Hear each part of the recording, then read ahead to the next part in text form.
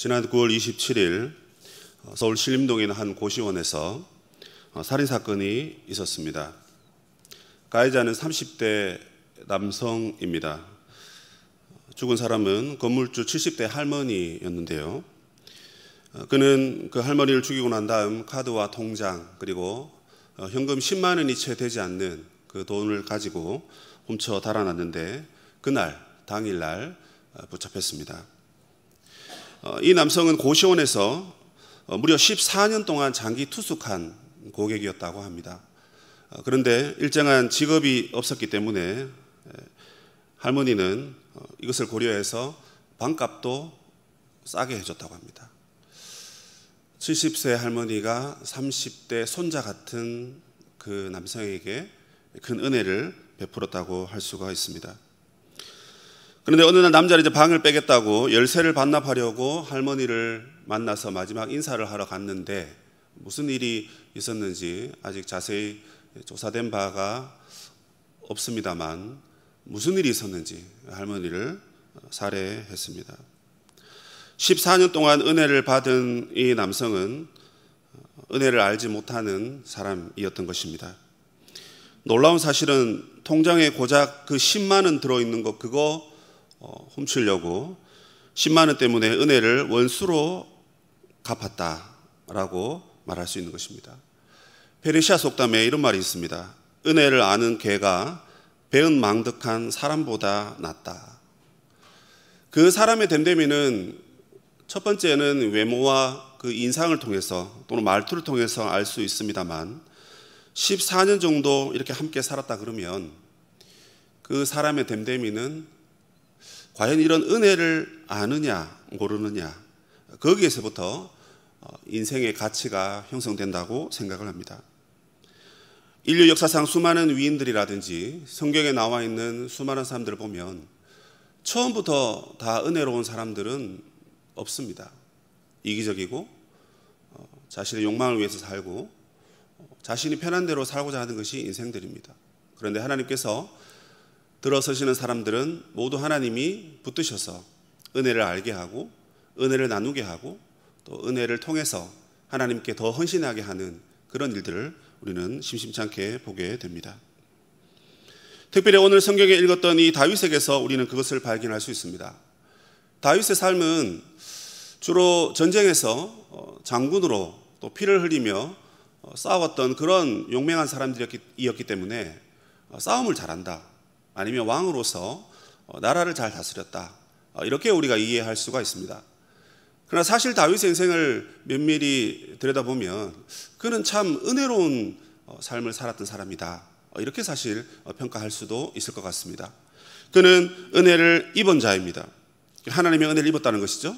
그리고 그 은혜를 알았던 자이고 그 은혜를 입고 은혜를 깨달았기 때문에 이제는 은혜를 베푸는 삶으로 다윗이 살아가게 되었다는 것입니다. 그래서 다윗이 받은 은혜는 어떤 은혜입니까? 하나님께서 그가 어디에 가든지 승승장구하게 하셨다. 어디서 싸우든지 간에 다윗의 나라가 항상 승리하게 하셨다. 이게 사무엘하 8장에 나오는 하나님의 말씀입니다. 다윗이 받은 은혜가 바로 그 은혜인 것입니다. 그래서 다윗의 나라는 항상 승리하였고 그 승리의 결과로서 그는 안정과 평화를 누리게 된 것입니다. 다윗이 나라가 평안해지면서 특이한 행동을 하게 되는데요. 그것은 무엇이냐면 자신의 이웃들에게 자비와 은혜를 베풀기 시작합니다. 우리가 인류 역사를 살펴보더라도 보통 정권을 잡으면 자신을 반대했던 사람들을 숙청하기 바쁩니다. 그래서 정권 초반에는 그 숙청하니까 사람들이 벌벌 떱니다. 와, 우리 임금이 권력이 힘이 막강하다. 성격이 그냥 불 같다. 불순종했다가는 나도 적골 당할 수 있으니까 어휴 조심해야 되겠다. 나라의 기강을 든든히 세우고 바로잡는 것입니다. 그런데 다윗은 그 반대 세력을 숙청하기보다 이웃들에게 은혜를 베풀었는데 그 첫 번째 은혜를 받은 사람이 누구냐면 요나단의 아들 므비보셋입니다. 여러분 이것이 우리가 진짜 은혜라는 것을 알아야 됩니다. 사울 가문에 남아있는 유일한 혈족입니다. 그가 도망을 가다가 유모가 그를 떨어뜨리는 바람에 두 다리를 다 절게 되는 그야말로 장애를 가진 사람입니다. 그런데 다윗이 그에게 은혜를 베풉니다. 물론 다윗이 요나단과의 관계가 좋았기 때문에 그 은혜를 갚고자 그렇게 했을 수도 있습니다. 그러나 더 큰 그림을 보면 하나님이 그래도 한때 사용하셨던 사울과 그 왕가, 그리고 거기에 남아있는 유일한 핏줄, 불쌍히 여긴 거죠. 그래서 사울 가문에 속한 모든 유산과 재산을 다 돌려주었습니다. 이스라엘 법이 그렇습니다. 그 땅을 사거나 팔거나 할 수 없습니다. 하나님 주신 것이 있거든요. 그 기업을 정확하게 돌려주었습니다. 뿐만 아니라 다윗이 살아생전에 밥 먹는 동안에 내가 너의 밥은 굽지 않게 하겠다 해서 다윗이 먹는 밥상에서 항상 밥을 먹을 수 있도록 그렇게 큰 은혜를 여러분 베풀었다 하는 것입니다. 다윗이 안으로는 무비보셋에게 은혜를 베풀고, 그리고 오늘 10장에는 이방인들에게도 은혜를 베풀었다 하는 것이 오늘 본문의 핵심입니다. 그 이방인이 누구입니까? 암몬 사람입니다. 이 암몬 사람들에게 은혜를 베풀기 위해서 다윗은 사절단을 보냈습니다. 여기에는 두 가지 의미가 있는데요. 하나는 사절단을 보내어서 이제 내가 너희 나라와 평화의 조약을 맺겠다 하는 것이 첫 번째이고, 두 번째는 이 암몬 자손의 왕이 나하스가 죽었습니다. 그래서 조문객을 보내서 그 슬픔을 나누고 애도하기 위해서 사절단을 보낸 것입니다. 원수 나라인데 사실 왜 이렇게 조문객을 보냅니까?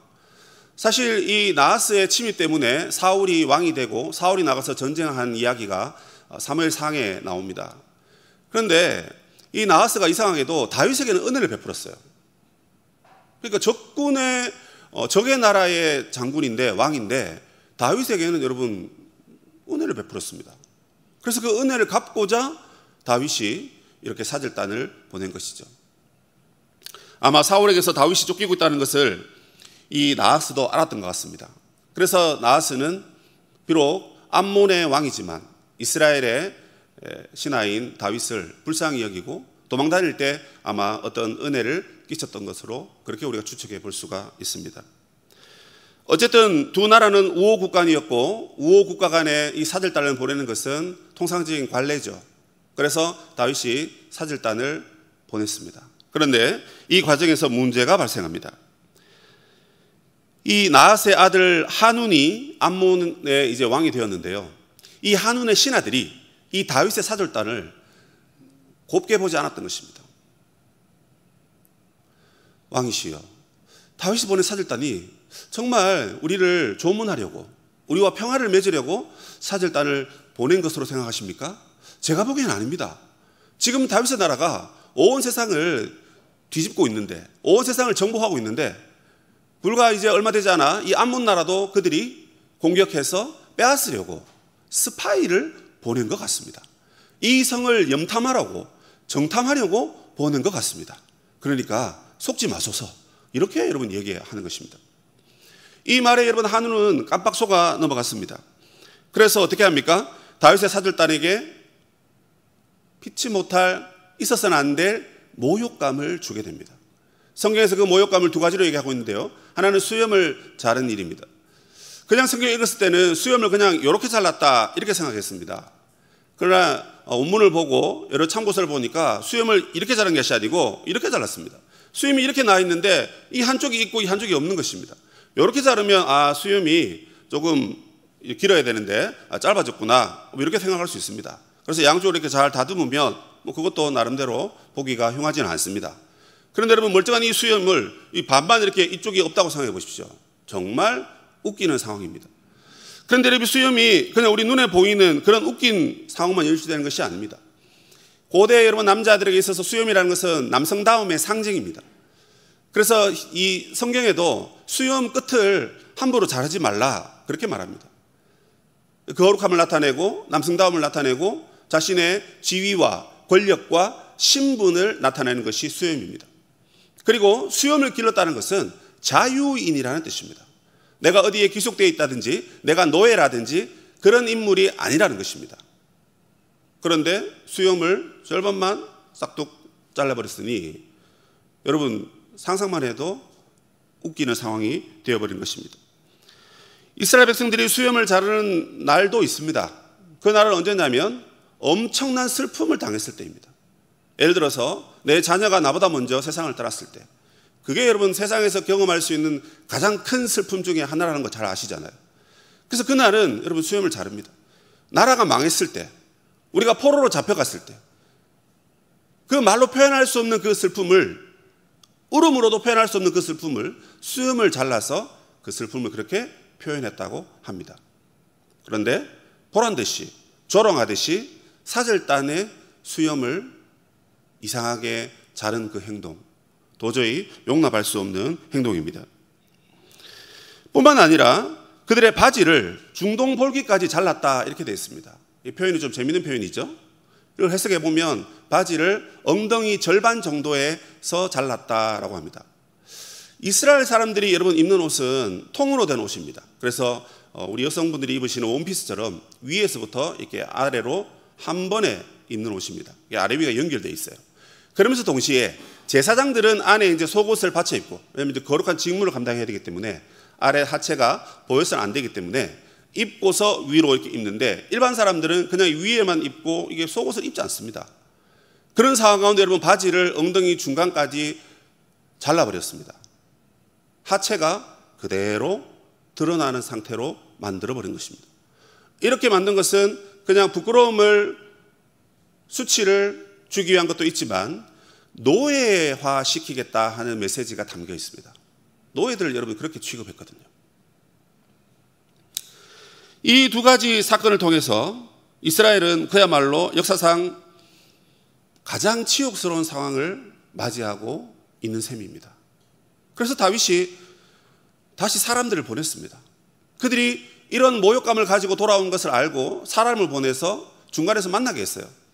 너희들의 모습이 너무 부끄러우니까 너무 힘들지 않느냐 위로하고, 그리고 그 근처 도시인 여리고에서 머물다가 수염이 다 자라면, 옷 같은 경우에는 다른 옷을 입으면 되지 않습니까? 그러나 수염을 자라는 건 시간이 걸리기 때문에 조금 기다렸다가 오너라, 이렇게 그들을 위로했습니다. 여기서도 다윗은 그가 은혜를 베풀었다가 이렇게 오히려 어려움을 당하게 되는데 급발진하지 아니하고 여전히 그 은혜 베푼 그 마음의 상태를 어느 정도 유지하고는 있는 것 같습니다. 성질 급한 왕일 경우에 당장 여러분 특공대를 파견해서 전쟁을 일으키지 않겠습니까? 그러나 여러분 그들을 위로하고 그들이 회복되도록 시간을 주고, 그 시간을 가짐과 동시에 다윗도 자기의 마음을 어느 정도는 누그러뜨리는 그런 상황을 연출한 것 같습니다. 물론 그렇다고 다윗이 이것을 그냥 넘길 사람은 아니었을 것입니다. 왜냐하면 하나님께서 이 땅을 주셨고, 그리고 이 이스라엘 백성을 통해서, 제사장 나라를 통해서 온 세상을 하나님 나라로 만들라 했기 때문에 분명 암몬이라든지 모압이나 아람과 여러 나라들을 정복해야 하는 것은 맞습니다. 그러나 지금은 아니었기 때문에 그는 인내하고 참았던 것 같습니다. 그런데 얼마 지나지 않아 시간이 지나고 암몬 사람들의 귀에 다윗이 진짜 은혜를 베풀었다 하는 사실을 알게 됩니다. 그러니까 암몬 사람들이 여러분 모욕감을 준 이것이, 어머나 우리가 잘못했구나, 이걸 깨닫게 되었다는 것이죠. 그래서 여러분 한눈이 어떤 일을 저지릅니까?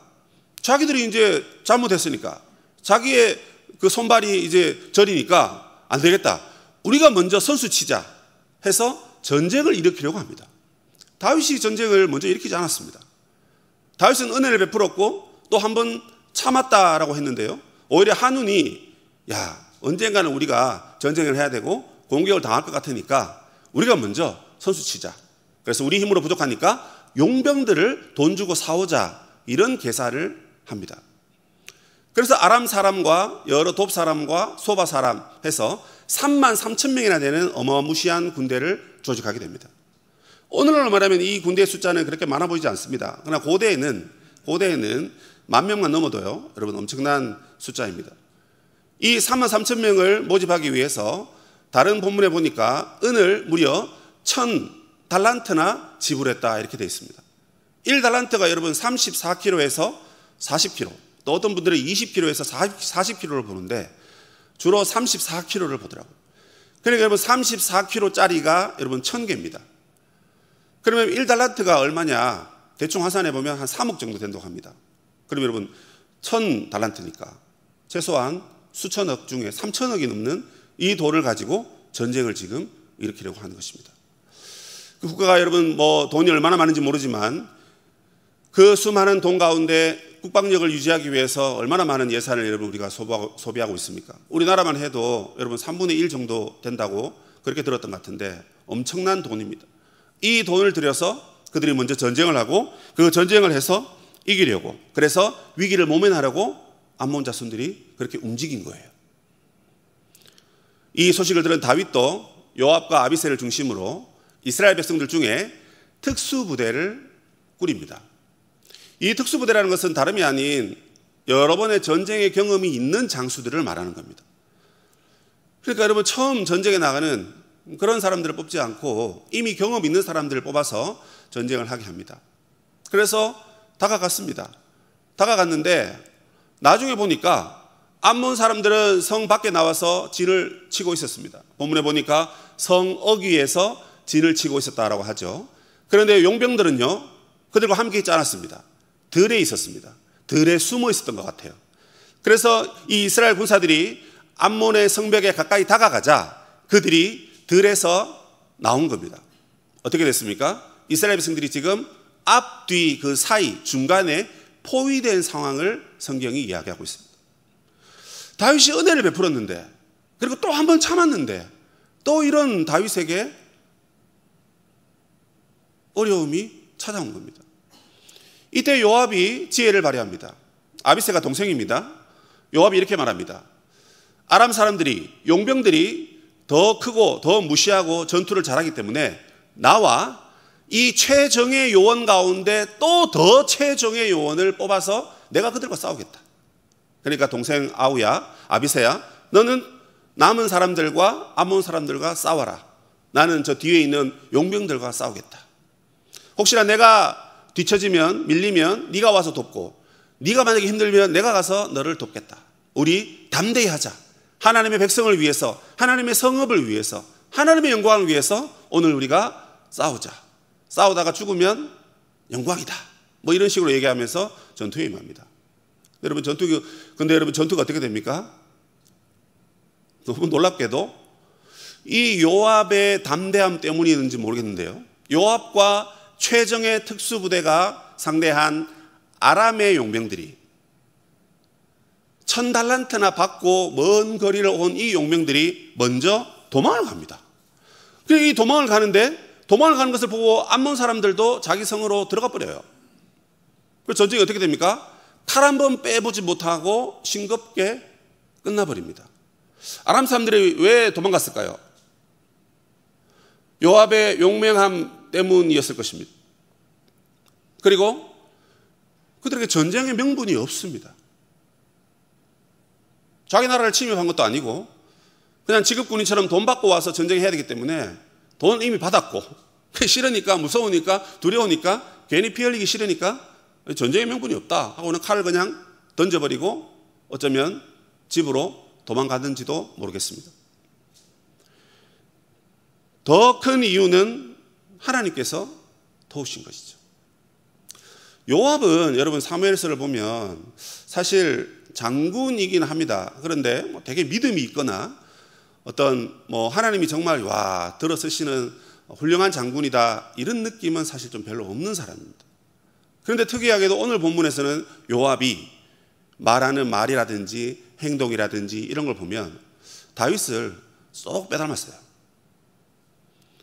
윤리도덕적으로 요압은 살짝 문제가 있는 사람이지만 다윗에게는 둘도 없는 신복이거든요.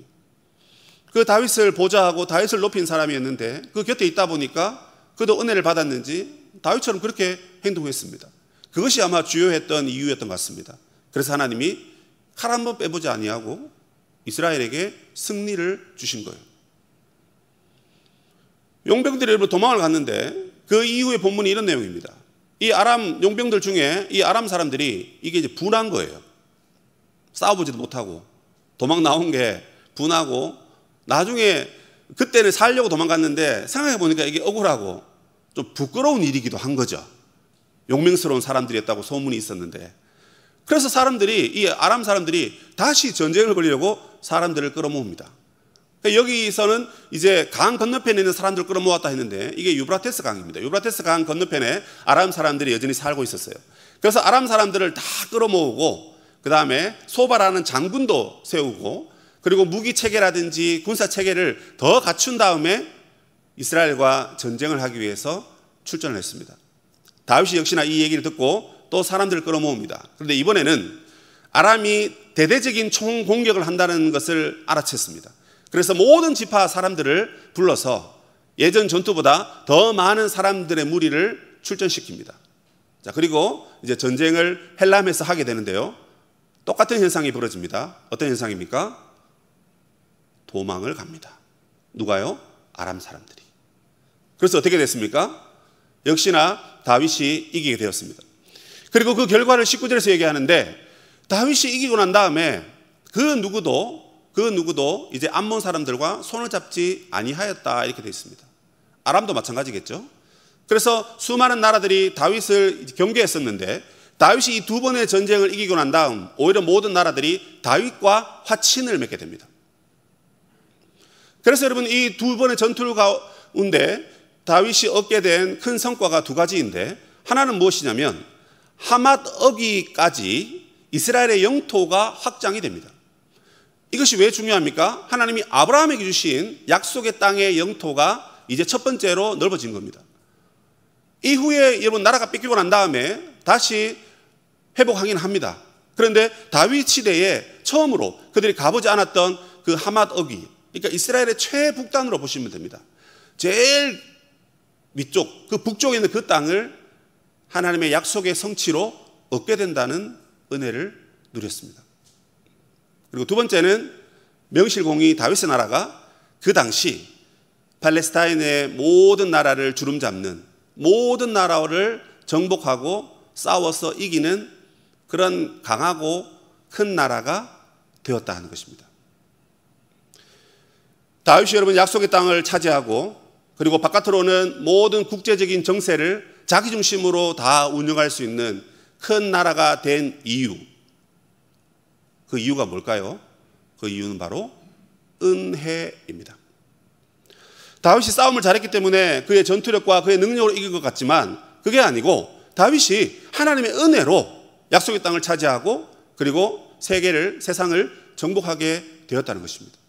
그 이야기를 저는 이미 말씀을 드렸습니다. 다윗의 전쟁을 여러분 다시 한번 읽어보십시오. 어떻게 이겼습니까? 싸워서 이긴 게 아니에요. 하나님이 그들로 하여금 두려움을 주시고, 그래서 도망가게 하시고, 다윗으로 하여금 여러분 위대하게 하셨기 때문에 다윗이 이긴 것입니다. 여러분, 이런 전쟁이면 100번이라도 더 할 수 있을 것 같아요. 그렇지 않습니까? 저는 전쟁을 경험한 세대는 아니지만 여러분, 전쟁을 한다 그러면 두렵고 떨립니다. 전우를 잃을까봐, 내가 죽을까봐, 우리 부대가 몰살당할까봐, 여러분 그 죽음을 무릅쓰고 죽게 하면 살기다, 그런 마음으로 가는 것이 여러분 전쟁이지 않습니까? 그래서 수많은 피를 흘리고 죽고 수년 동안 싸우고 그런 전쟁인데, 여러분 이 전쟁은 단 여러분 몇 분 만에 끝났습니다. 싸우지도 않았어요. 하나님께서 거저 주셨습니다. 거저 은혜를 주셨습니다. 저와 여러분이 받은 은혜는 여러분 어떤 은혜입니까? 전쟁에 나가지 않았기 때문에 이런 싸우는 은혜는 받지 않았지만, 이미 우리는 하나님의 은혜이신 예수 그리스도를 선물로 받은 줄로 압니다. 예수님이 여러분 우리 삶 가운데 찾아오시고 우리와 함께 하시고 우리에게 베푸신 그 은혜가 실로 얼마나 큰지 여러분 우리가 우리 자신을 한번 잘 돌아보면 좋겠습니다. 그것은 당연한 것은 아니었습니다. 우리가 예수님을 구한 적도 없고 예수님의 은혜가 필요한 적도 없고 예수님을 보내달라고 하나님 앞에 요청한 적도 없습니다. 그러나 하나님은 저와 여러분을 선택하시고 죄인인 우리를 의롭게 하시고자 우리 주 예수 그리스도의 은혜를 저와 여러분에게 주셨지 않습니까? 그래서 그 예수 그리스도의 은혜를 붙들고 나아가면 승리합니다. 승리할 줄 믿고 또 담대히 나아갑니다. 그래서 예수님의 은혜가 없으면 우리가 살아갈 수가 없는 거예요. 여러분 인생 사시면서 모르겠습니다. 갱년기가 되거나 뭐 신체에 뭐 문제가 있거나 그러면 그런지 모르겠는데 괜한 여러분 눈물이 흐르는 때가 있지 않습니까? 그냥 눈물이 흘러요. 옆에 남편 건강하게 살아계시고 뭐 아내도 있고 아들, 딸 잘 지내고 다 출가해서 손주들도 건강하게 잘 자라고 서울에 내 집도 있고 통장에 돈도 뭐 많지는 않지만 그래도 내가 원하는 거 할 수 있을 정도 있고, 그런데 여러분 왜 내 눈에 눈물이 흐릅니까? 그런데 왜 여러분 어느 날 내 마음이 울적함을 느낍니까? 제가 여러분 그런 경험이 있었어요. 저희 집에도 떡두꺼비 같은 아들 셋이나 있잖아요. 할머니들이 전부 다 저보고 야 진짜 욕심도 많다. 저는 그런 욕심 가지지 않았는데 하나님이 그렇게 주셨어요. 그냥. 그리고 뭐 토끼 같은 아내도 있고 뭐 다 있어요. 뭐 없는 게 어디 있어요? 다 있는데도 눈물이 나더라고요. 그 이유는 제 속에서 하나님의 은혜가 발견되지 않아서 그렇습니다. 은혜하면 우리가 하늘에서 뭐 돈이 떨어진다든지 죽을 병에서 갑자기 뚝 뭐 살아나고 뭐 이런 것만 은혜라고 우리가 생각하는데 그렇지 않습니다. 그것들은 여러분 세상 살면서 조금의 은혜를 주지 모르지만 시간이 지나면 다 사라지는 것이에요. 그러나 우리에게 주시는 영원한 은혜는 무엇입니까, 여러분? 구원의 은혜입니다. 그런데 여러분 제 속에 제가 심지어 목사인데도 제 안에 구원의 은혜와 감격이 없는 거예요. 그러니까 내가 구원받았다. 그래, 구원받았지. 받을 만하니까 받았지. 이런 마음만 있지. 야, 정말 나 같은 걸 하나님이 구원해 주셨구나. 이런 은혜가 제 속에 없어서 제가 눈물이 나더라고요. 돌아가신 어머니를 생각하거나 뭐 나의 형편을 생각하거나 우리 막내 아들이 아픈 뭐 그 사건을 제가 생각하면서 눈물 흘릴 때도 있었지만 제가 명백히 기억합니다. 하나님, 왜 제 속에 이 구원의 감격이 없습니까? 지금 구원의 감격이 없는데 구원의 말씀을 전해야 되는데 이거 어떻게 하란 말입니까? 그 구원의 감격을 회복시켜 달라고 제가 그런 마음으로 기도하면서 눈물 흘린 적이 있어요. 하나님께서 제게 이런 말씀과 마음을 주셨습니다. 그 구원의 은혜, 거저 받는 은혜죠, 그죠? 그 구원의 은혜를 회복하기 위해서 우리가 무엇을 해야 되느냐? 그래서 성경이 우리에게 가르치기를 은혜의 방편, 은혜의 수단을 얘기합니다. 우리가 은혜 받을 수 있는 길, 은혜의 길로 나아가는 길, 구원의 은혜를 회복하는 길, 뭐냐는 거예요.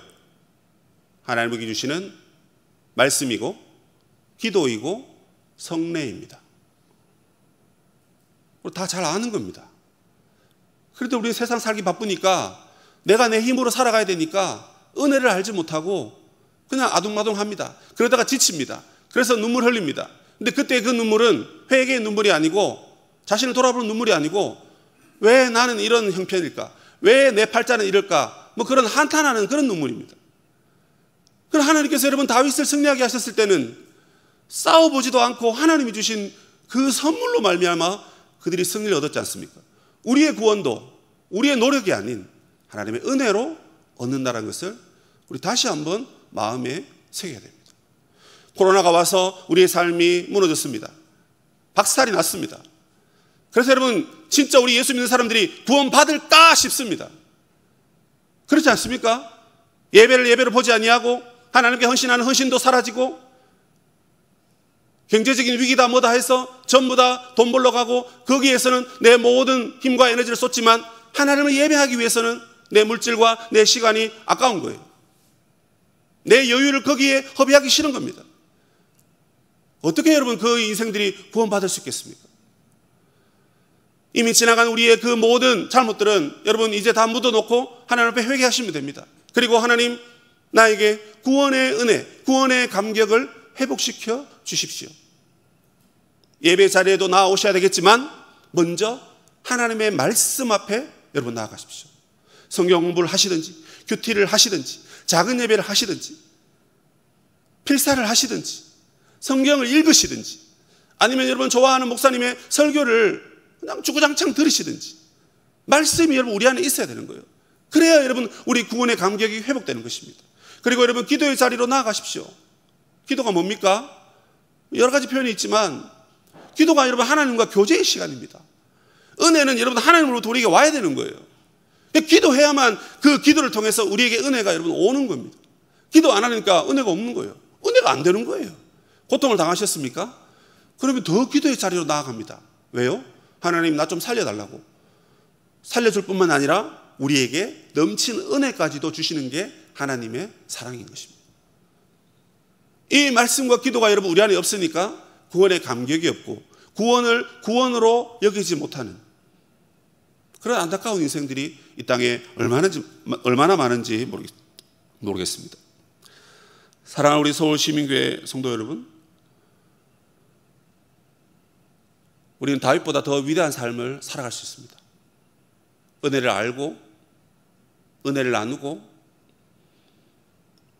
은혜 안에서 주와 함께 교제하는 그 복된 여러분 삶의 자리, 그것이 인생의 진정한 만족이고 행복입니다. 그래서 이제 우리가 흘리는 눈물은 은혜가 없어서 흘리는 눈물이 아닙니다. 인생 한탄하면서 흘리는 눈물이 아니에요. 어떤 눈물입니까? 은혜가 충만해서 감격해서 여러분 흘리는 눈물인 것입니다. 그래서 저와 여러분의 삶 가운데 눈물 흘릴 날이 앞으로도 많겠지만 없어서 힘들어서 몰라서 흘리는 눈물이 아니라 하나님 우리를 너무너무 사랑하시는 그 은혜로 말미암아 흘리는 눈물이 되기를 주 예수 그리스도의 이름으로 축복합니다. 아멘.